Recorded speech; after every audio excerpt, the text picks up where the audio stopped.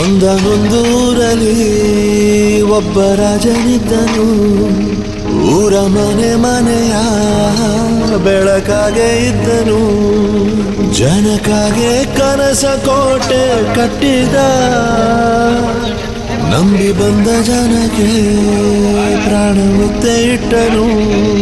ನಾನು ನನ್ನದೆನ್ನುವ ಆಸೆ ಕಟ್ಟಿಟ್ಟನು. ಅವನೇ ನಮ್ಮ ಮಣ್ಣಿನ ಮಗ.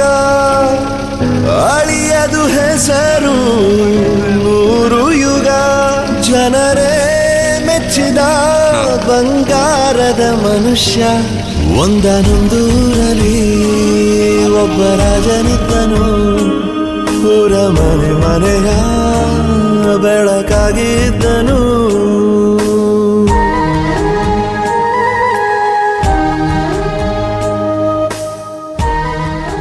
ಇವ್ರ ಬಗ್ಗೆ ಕೇಳೋದಕ್ಕೂ ಒಂದು ಯೋಗ್ಯತೆ ಇರಬೇಕು.